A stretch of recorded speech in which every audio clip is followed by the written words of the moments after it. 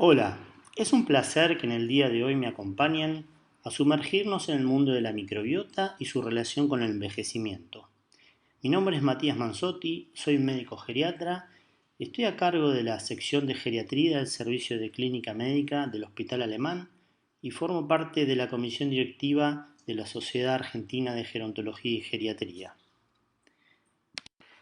Intentaremos en esta clase brindar conceptos sobre el envejecimiento como proceso, el envejecimiento fisiológico intestinal, abordaremos las definiciones de microbioma, microbiota, probióticos, prebióticos y simbióticos. Desarrollaremos también cuáles son los cambios de la microbiota intestinal a lo largo de la vida y veremos cómo la misma está relacionada con distintos procesos patológicos y cuáles son las intervenciones propuestas por las últimas evidencias científicas. Comenzando por el envejecimiento como proceso, diremos que el envejecimiento puede dividirse en un envejecimiento primario, que es un proceso fisiológico e intrínseco, y un envejecimiento secundario o epigenético, que está relacionado con las modificaciones que imponen las enfermedades acumuladas y con los factores ambientales vinculados al tipo de curso de vida. No podemos hablar de envejecimiento sin adentrarnos en dos conceptos que a lo largo de este curso serán profundizados: la fragilidad y la inflamación crónica, también conocida como inflammation. Las vías de envejecimiento comentadas en la diapositiva anterior muchas veces son vías de envejecimiento superpuestas, que van a determinar en una proporción de individuos particularmente castigados por los cambios del curso de vida la posibilidad de alcanzar lo que se denominan situaciones de fragilidad. En la quinta clase de este curso, el Dr. Nemirovsky profundizará sobre esta condición y su relación con la nutrición. Brevemente, se trata de una situación en la que los individuos tienen una disminución en la capacidad para enfrentar situaciones estresantes.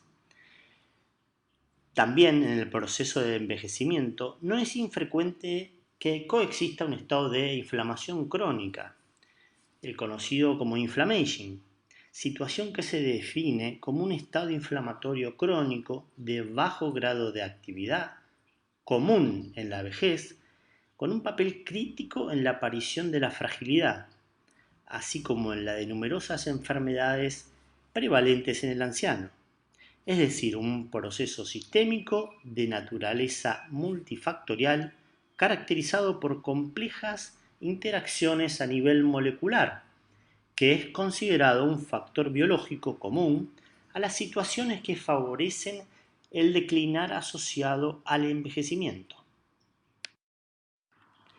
El envejecimiento intestinal ocurre en el intestino, un sistema complejo con diferentes compartimientos y funciones. Está constituido por diversas partes o regiones anatómicas, cada una de ellas con sus propios componentes celulares, con funciones específicas en gran parte distintas entre sí. El envejecimiento intestinal está caracterizado por cambios tanto en la morfología como en la funcionalidad del intestino. Los principales cambios morfológicos del intestino están enumerados en esta diapositiva: la reducción progresiva del peso del intestino, reducción de la superficie mucosa, acortamiento y ensanchamiento de los villi con presencia progresiva de deformidades y atrofia. También existe una sustitución progresiva del parénquima noble por el tejido conectivo. Otros de los cambios morfológicos son la pérdida de elasticidad, las modificaciones en la forma, tamaño y distribución de los folículos intestinales, aumento de las mutaciones mitocondriales en las células epiteliales y cambios degenerativos de las neuronas y células gliales del sistema entérico. Estos cambios morfológicos se acompañan de cambios en la función intestinal.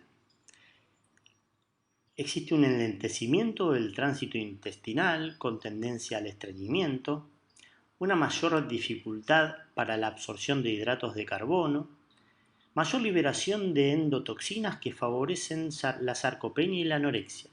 Y también hay cambios en la composición de la microbiota intestinal.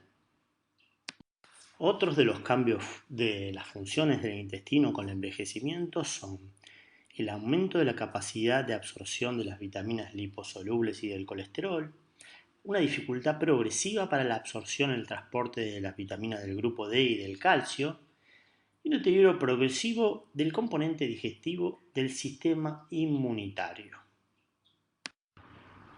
Ahora entraremos en el terreno de las definiciones, comenzando con el término microbioma.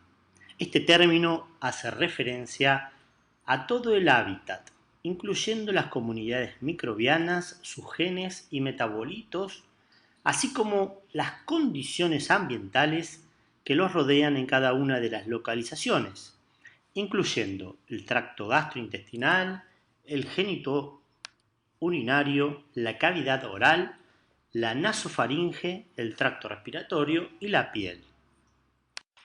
Microbiota hace referencia al conjunto de microorganismos, bacterias, hongos, virus, parásitos, etc., que residen en nuestro cuerpo.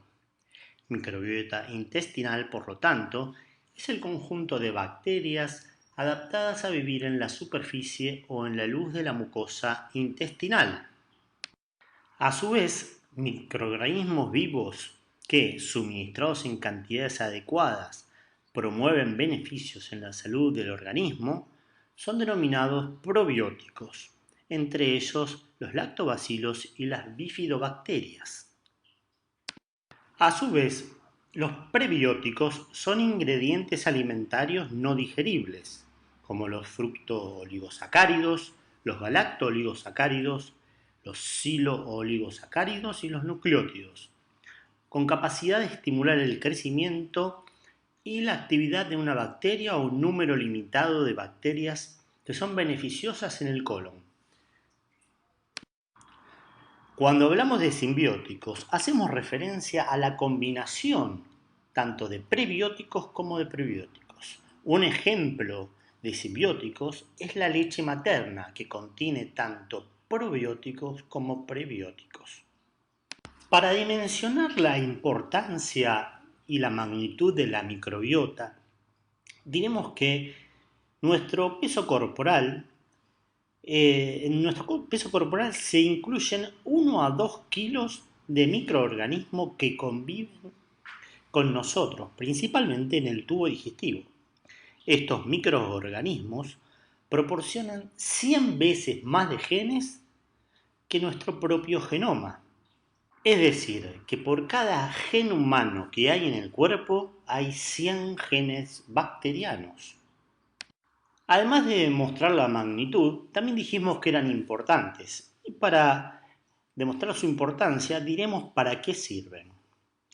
Las funciones de la microbiota intestinal son múltiples. Se han postulado funciones en la intervención en la fermentación y la absorción de hidratos de carbono no digeridos, en la contribución en el almacenamiento de energía, la facilitación de la maduración de las células y de las funciones inmunitarias mediante la producción de señales, también en la potenciación de la actividad metabólica y favorecen la resistencia a infecciones y a enfermedades autoinmunes y tumorales, como así también al mejoramiento de la transmisión de señales endocrinas y a través del eje intestino-cerebro a mejorar funciones neurológicas. No podemos hablar de microbiota sin hacer referencia al Dr. Metchnikoff, quien hizo una observación histórica al descubrir que los habitantes de las aldeas campesinas de los Balcanes alcanzaban edades muy avanzadas, generalmente centenarias.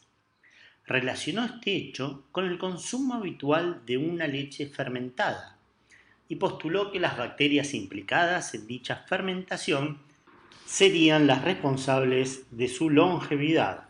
ya que eliminarían a los clostridios y otras bacterias putrefactivas que serían responsables de la autointoxicación intestinal y el envejecimiento prematuro. Por estos descubrimientos es considerado el padre del uso clínico de los probióticos. Eli Metchnikoff ha sido galardonado con el Premio Nobel de Medicina en 1908. Contemporáneo a Eli Metchnikoff, el pediatra francés Henri Tissier hizo una observación sobre los niños con diarrea. Vio que tenían en sus heces muy pocas bacterias en formas de Y, las llamadas bifidobacterias que pertenecen al grupo de las bacterias acidolácticas, que se encuentran en alimentos fermentados como el queso y el yogur. Las mismas las encontró de forma abundante en niños sanos, lo que lo llevó a sugerir la posibilidad de administrarlas a pacientes con diarrea para el restablecimiento de la flora intestinal sana. Pasaremos ahora a ver cuáles son las modificaciones de la microbiota relacionadas con el proceso de envejecer. Mientras que nuestro genoma es esencialmente estático, nuestra microbiota, sobre todo la microbiota intestinal, es tremendamente dinámica. La misma afecta y puede ser afectada por muchos factores. A lo largo de la vida, la conformación de la microbiota intestinal va evolucionando. En este gráfico, adaptado del trabajo de Toho, se observa cómo, luego de nacer y en la infancia, dependiendo del tipo de parto y el tipo de lactancia que se ha tenido, predominan las bacterias del filo Actinobacterias, del género de las bifidobacterias. En la edad adulta, los estilos de vida, los hábitos dietéticos, etc., contribuyen a su sustitución por bacterias del filo Bacteroidetes y Firmicutes. Durante el envejecimiento disminuyen en número y en variedad de especies los bacterioides y las bifidobacterias. La bifidobacteria, Fecalibacterium, Braunitzi y Blautia. Aumenta el número de anaerobios, por ejemplo los clostridios, las fusobacterias, las eubacterias, y la variabilidad interindividual se va haciendo mucho mayor según envejecemos, asociado a una disminución en la diversidad. Disminuye también la capacidad amilolítica y aumenta la proteolítica. Hay importantes diferencias entre poblaciones de adultos mayores de la comunidad versus institucionalizados en hospitales y en residencias. También hay diferencias vinculadas al tipo de vida previo de cada persona. Cambian la composición, la función y la estabilidad de la microbiota y existe una gran correlación entre estos cambios y los marcadores de fragilidad y de inflamación.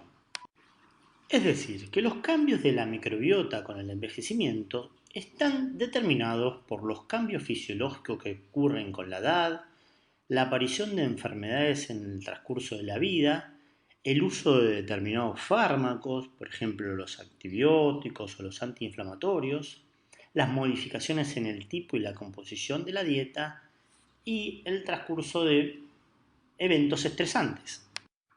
Ahora veremos la microbiota relacionada con procesos patológicos. Se han puesto de manifiesto correlaciones entre el microbioma intestinal y el desarrollo de algunas enfermedades. Un estudio muy interesante publicado en el año 2012, conducido en China por el Dr. King, observó que los pacientes con diabetes tipo 2 se caracterizaron por un grado moderado de disbiosis microbiana intestinal, una disminución en la abundancia de algunas bacterias universales productoras de butirato y un aumento en varios patógenos oportunistas, así como un enriquecimiento de otras funciones microbianas que confieren reducción de sulfato y resistencia al estrés oxidativos. También el microbioma intestinal se ha correlacionado con enfermedades como la cirrosis hepática, el cáncer de colon y la enfermedad de Parkinson. Evidencia actual sugiere que la modulación del microbioma intestinal podría modificar las respuestas en varias terapias contra el cáncer. Uno de los sistemas más estudiados es el eje intestino-cerebro. El mismo está formado por la microbiota, el sistema nervioso entérico, el sistema nervioso autónomo, el sistema neuroendocrino, el sistema neuroinmune y el sistema nervioso central. En este eje, el sistema nervioso entérico se encarga del funcionamiento básico gastrointestinal, es decir, la motilidad, la secreción de la mucosa, el flujo sanguíneo, y el control central de las funciones del intestino se lleva a cabo gracias al nervio vago. Este complejo eje conforma un sistema de comunicación neurohumoral bidireccional. Estas interacciones bidireccionales del eje microbiota intestinal-cerebro forman una red de células transductoras especializadas en la pared intestinal, que funciona como una interfaz entre la microbiota y el lumen. En respuesta a las demandas externas y corporales, el cerebro modula estas células especializadas dentro de esta red a través de las ramas del sistema nervioso autonómico, simpático y parasimpático eferentes, y el eje hipófisis pituitario adrenal. Esta modulación puede ser transitoria en respuesta a perturbaciones transitorias o de larga duración en respuesta a alteraciones cerebrales crónicas, por ejemplo, como sucede en la enfermedad de Parkinson.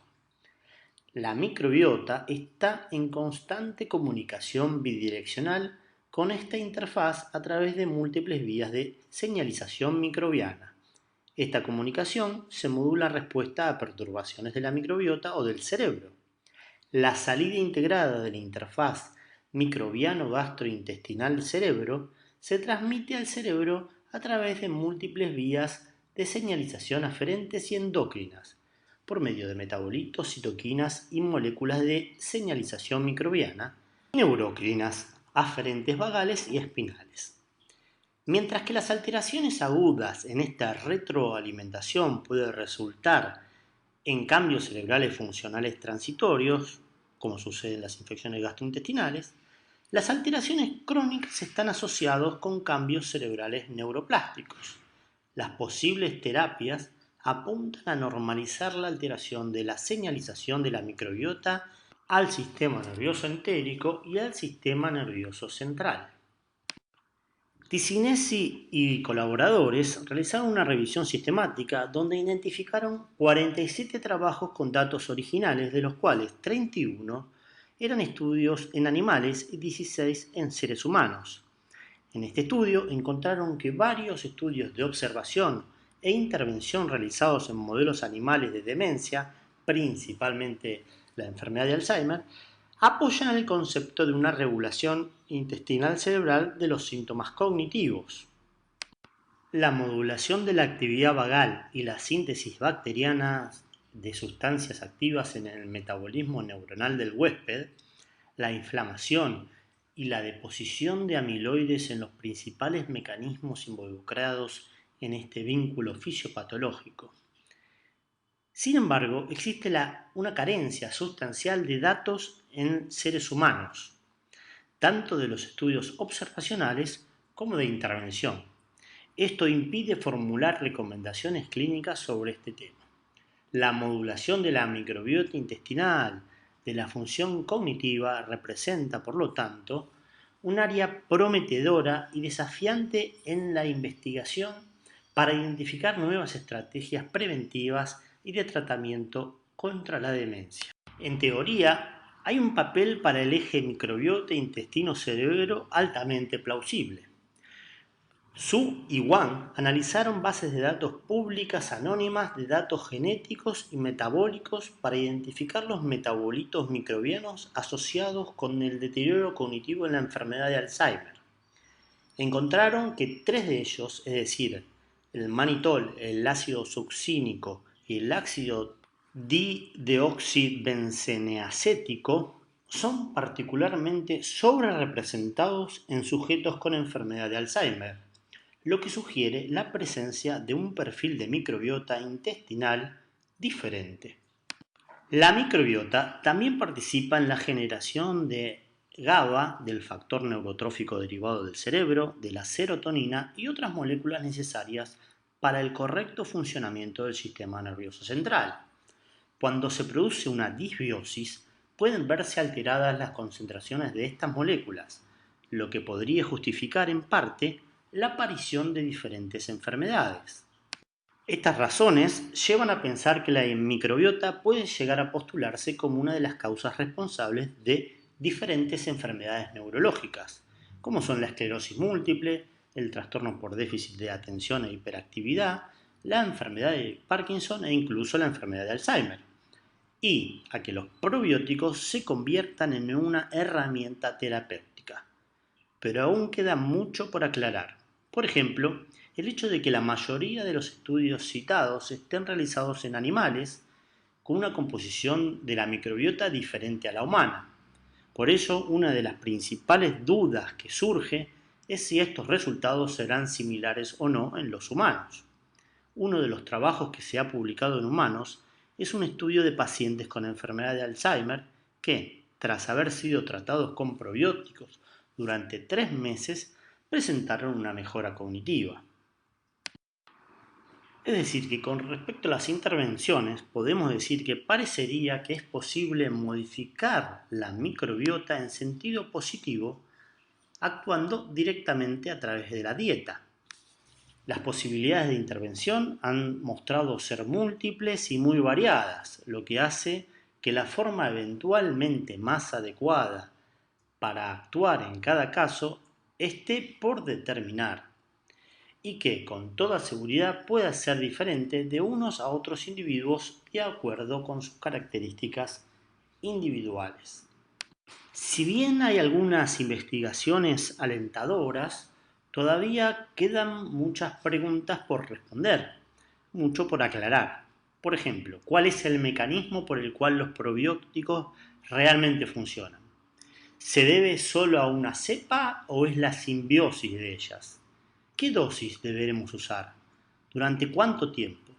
Aún hay muchas preguntas sin respuesta, pero lo que está claro es que se abre un campo de investigación con muchas posibilidades, donde entran los llamados alimentos funcionales, que son los prebióticos y las sustancias biogénicas, péptidos biológicamente activos, que entrarían en la categoría de inmunopotenciadores.